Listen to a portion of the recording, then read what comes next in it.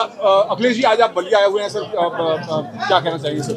राजमंगल अरे यार, तुम कैमरा को पीछे करो। समाजवादी पार्टी के अरे कैमरा पीछे करो जिलाध्यक्ष तो यार। थे ही, लेकिन राजमंगल ने जब से राजनीति की शुरुआत की है बीच में जगह बनाई है, वो एक समर्पित, निष्ठावान कार्यकर्ता की तरह समाजवादी पार्टी को हमेशा मजबूत करते रहे।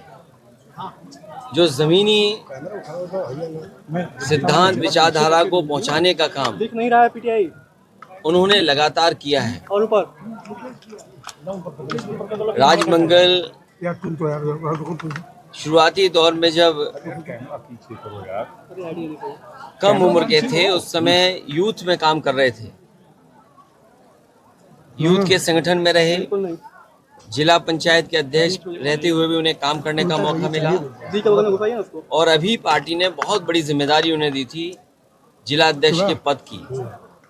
मुझे याद है कुछ दिन पहले जब मीटिंग हुई और जब बातचीत हुई तो उन्होंने यही आश्वासन दिया और उन्होंने भरोसा भी दिलाया था कि इस बार कुछ भी हो समाजवादी पार्टी को वो जिता करके भेजेंगे। लेकिन आज इस दुख की घड़ी में हमें उनके परिवार के लोगों से मिलना पड़ रहा है। उनके सहयोगी साथी और बड़ी संख्या में उनके समर्थक लोग हमें दिखाई दे रहे हैं। एक्सीडेंटल डेथ हमेशा बहुत शॉकिंग होती है। एक्सीडेंट की मृत्यु वो अचानक की है। उनका एक्सीडेंट हुआ, जो कुछ उस समय उनको इलाज या इंतजाम कर सकते थे जानकारी के बाद किया गया, लेकिन वो हमारे और आपके बस में, किसी के बस में नहीं था। जो इलाज संभव हो सकता था वो भी नहीं करा पाए, वो हमारे बीच नहीं रहे। जो व्यक्ति एक बार चला जाता वो दोबारा नहीं लौटता है, लेकिन राजमंगल ने अपने कम समय में, इतने कम समय में उन्होंने जो व्यवहार बनाया, जिस तरह का संपर्क जोड़ा उन्होंने, और परिवार का साथ लेकर के पार्टी को और ऊंचाई तक पहुंचाने का लगातार वो प्रयास करते रहे। हम दुखी हैं, समाजवादी पार्टी पूरा साथ है उनके परिवार के साथ, और मैं श्रद्धांजलि भी देता हूं और याद करता हूं कि ऐसा समर्पित कार्यकर्ता अब मिल पाना मुश्किल है। उनकी कमी हमेशा हम लोगों को खली है। गठबंधन में पूरी जिम्मेदारी के साथ समाजवादी पार्टी साथ है। गठबंधन में किसको कहां लड़ने का मौका मिलेगा बहुत जल्दी आपको जानकारी मिल जाएगी। एक बात तो साफ है, न केवल उत्तर प्रदेश बल्कि देश की जनता भारतीय जनता पार्टी को हटाना चाहती है। विकसित भारत का नारा देकर के गांव-गांव वैन या गाड़ियां पहुंचा करके, प्रधानों से उनके बजट का हिस्सा काट करके आप विकसित भारत का सपना पूरा नहीं कर सकते।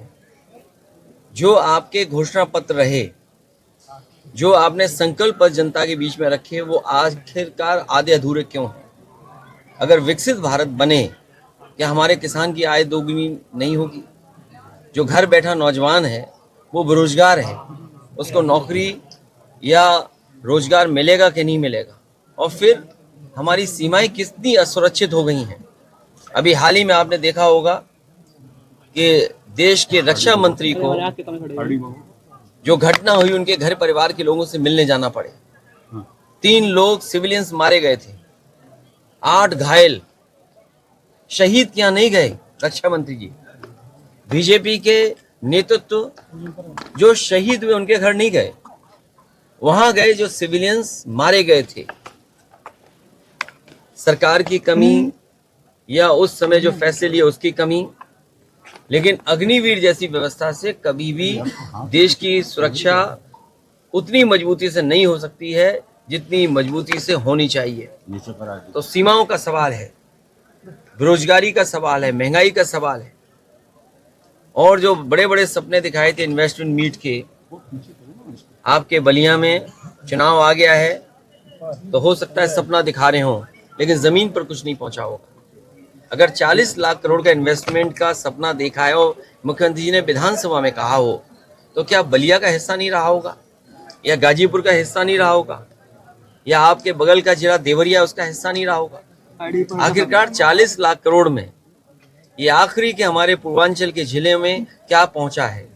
और समाजवादियों ने जो सड़क बनाई थी, कम से कम उसकी वजह से समय पे आ गए। मौसम खराब होने की वजह से भी नहीं आ सकते थे, लेकिन सड़क अच्छी बनने की वजह से कम यहाँ पहुंच गए और समय से परिवार और अपने पार्टी के कार्यकर्ता नेताओं से मिल पाए। अध्यक्ष जी, आपके दल का राष्ट्रीय आधार है। कई राज्यों में आप जो है विधानसभा और लोकसभा का चुनाव लड़ते रहे हैं। लोकसभा के आगामी चुनाव में उत्तर प्रदेश से बाहर भी क्या आपका दल चुनाव लड़ेगा? महाराष्ट्र में, अभी उस पर विचार नहीं कर रहे हैं, लेकिन भविष्य में क्या रणनीति बनेगी उस पर तय करेंगे। राहुल गांधी यूपी से 40 सीटों पर लड़ने की बात कर रहे हैं। आज तक को सच बोलना चाहिए। सर, बीजेपी का मानना है कि जो चूंकि इस समय इलेक्शन आने वाले हैं आज लोकसभा के, तक कब तक बोलेगा झूठ? सर भगवान राम के अच्छा सर, सीए की बात अगर हम करें तो लोकसभा चुनाव के पहले ये माना जा रहा है कि नोटिफिकेशन आ सकता है, तो विपक्ष जो है सीए को लेके कैसे देखता है? कल क्या होगा, हमारा स्टैंड वही है जो पहले दिन था। जी।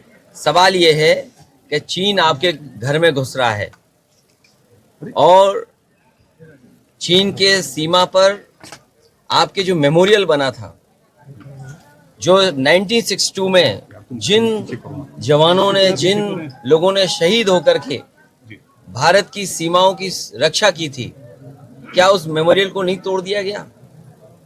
चीन की फौज क्या आपके भारत के अंदर नहीं आ गई? इसका सवाल का जवाब है किसी के पास? आप सीमाएं की सुरक्षा नहीं कर पा रहे हैं, आप सीए लाना चाहते हैं, आप अपने जवानों की रक्षा नहीं कर पा रहे हैं और सरकार की गलती और कमी की वजह से सिविलियंस की जान जा रही है, तो कितना अविश्वास आपके प्रति पैदा हो रहा है। तो ये बड़े सवाल हैं, इसलिए आप उलझे मत। वही महंगाई, वही बेरोजगारी और जो सपना दिखाया था कि किसानों की आय दोगुनी हो जाएगी, बलिया के किसानों की क्या आय दोगुनी हो गई? क्या यहाँ का नौजवान पक्की नौकरी पा रहा है, पक्की वर्दी पहन पा रहा है? अध्यक्ष जी, भाजपा अयोध्या में राम मंदिर के मसले को लेकर के जो है पूरे राजनीति को गरमाने के मूड में है और उसके जरिए लोकसभा चुनाव जीतने की जरूरत है। आपके इंडिया गठबंधन की क्या रणनीति है? आप बलिया जिले के हैं और बलिया लोकसभा के हैं और उस जगह के हैं जिस जगह के लोगों ने देश को प्रधानमंत्री दिया। आप उस बलिया बागी के लोग हैं जहां आजादी पहले मिल गई, इसलिए आप हर बात को समझते हैं। धर्म राजनीति का हिस्सा नहीं हो सकता। भारतीय जनता पार्टी को आय दोगुनी हुई कि नहीं हुई, किसान को नौकरी रोजगार मिला कि नहीं मिला, उन सवालों का जवाब देना पड़ेगा और उन सवालों का जवाब नहीं है, इसीलिए भारतीय जनता पार्टी धर्म के पीछे छिप जाती है। अच्छा अध्यक्ष जी, आप इंडिया गठबंधन के प्रमुख घटक हैं और उत्तर प्रदेश के मुख्यमंत्री रहे हैं, सबसे बड़े राज्य के आप सबसे बड़े नेता हैं। आप 40 सीट 48 सीट वाले लोकसभा क्षेत्र के लोग जो है मांग कर रहे हैं कि इनको प्रधानमंत्री बनाया जाए, इनको समय और 80 सीट वाले होने के बाद भी जब प्रधानमंत्री बनने की बात आती है या संसद बनने की बात आती है तो आप जो है शांत हो जाते हैं, कुछ बोलते नहीं हैं। मुझे अपने इस पत्रकार का धन्यवाद देना चाहिए। हमारे लिए मुख्य है कि बीजेपी हारे, सवाल ये नहीं कौन किस पद पर बैठेगा। और आप तो बलिया के हैं जहां से प्रधानमंत्री रहे हैं, तो आप इन बातों को सब समझते हो, गिनती की और परिस्थितियों को भी समझते हो कि कभी कभी कम वाले भी प्रधानमंत्री बनते हैं। तो मैंने उत्तर प्रदेश के युवाओं की आकांक्षाओं को आप पूरा करेंगे भविष्य में? प्रधानमंत्री अगर बनने की स्थिति आती है तो हमारा जो सपना रहा है, देखिए जो सपना समाजवादियों का रहा वो ये रहा कि पूर्वांचल का इलाका खुशहाली से जुड़ जाए। इसीलिए ये जो सड़क आपको पूर्वांचल की दी थी वो किसी के मांगने पर नहीं दी थी।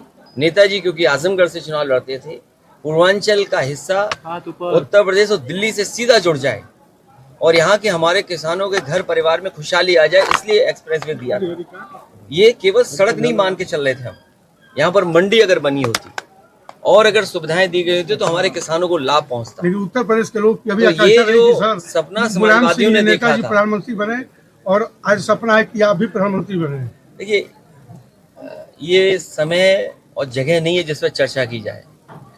कभी दोबारा बलिया आएंगे हम लोग। अच्छा सर, मेरठ में एक किसान ने आत्महत्या करने की कोशिश की है, पेट्रोल डालकर जो है आग लगाने की कोशिश की है, क्योंकि वन विभाग उसकी जमीन पर कुछ करने जा रहा था। क्या कहना चाहेंगे सर, किसानों की क्या स्थिति है प्रदेश के अंदर?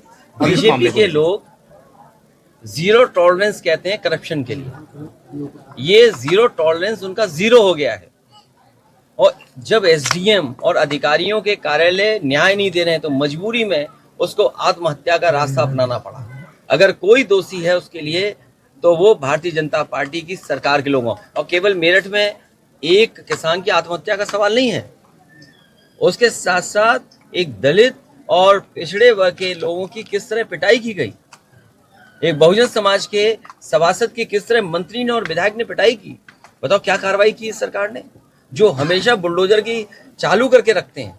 क्या उस मंत्री के घर पे बुलडोजर जाएगा जिसने बहुजन समाज के सभासद का अपमान किया है? क्या ये वही बुलडोजर एसडीएम के घर की ऑफिस को तोड़ेगा? कि जिस एसडीएम ने, जिस अधिकारी की वजह से उस किसान की जान चली गई।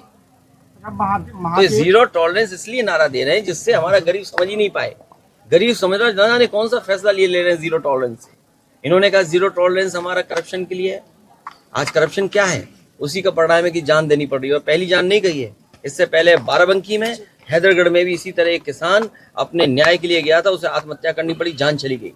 कभी मुख्यमंत्री आवास में इतने लोगों ने आत्महत्या नहीं की होगी। कई बेटियां न्याय के लिए आई और मुख्यमंत्री आवास के सामने आत्मदाह किया, उनकी जान नहीं बची, चली गई। और मैं अपने पत्रकार साथी से कहूंगा वो तमाम आंकड़े आप निकाल करके जनता को बताएं कम से कम कि कितनी ऐसी घटनाएं इस सरकार में हुई हैं। अच्छा सर, सत्ता पक्ष जो है लगातार विपक्ष पर ये आरोप लगा रहा है कि प्राण प्रतिष्ठा को लेकर विपक्ष जो है वो अलग अलग गलत बयान कर रहा है। तो क्या प्राण प्रतिष्ठा के दिन आप भी जाएंगे क्या अयोध्या? देखिए,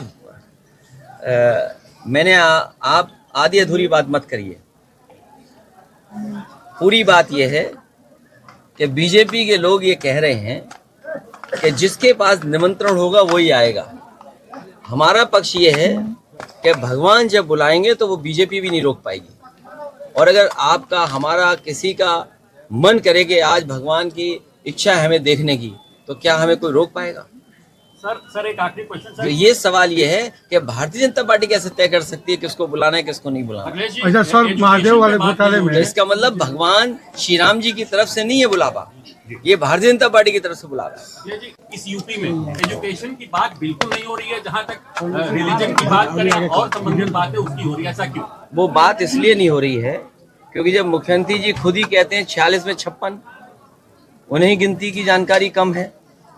उनसे सवाल पूछो कुछ, जवाब देते हैं कुछ। और प्राइमरी स्कूल आप देख लीजिए, बच्चों की संख्या कम हो गई। इंटरमीडिएट में देख लो, बच्चों की संख्या कम हो गई। आईटीआई पॉलिटेक्निक में एडमिशन लेने वालों की संख्या कम हो गई। आखिरकार आप देश को कहाँ ले जा रहे हैं? अमेजोन जैसी कंपनियां, या अमेजोन न बोलूं मैं, या जो नए तरह का व्यापार बिजनेस हो रहा है उसमें नौकरियां रोजगार हैं। तो सरकारों को जो परिवर्तन और बदलाव लाना चाहिए वो नहीं ला रहे हैं।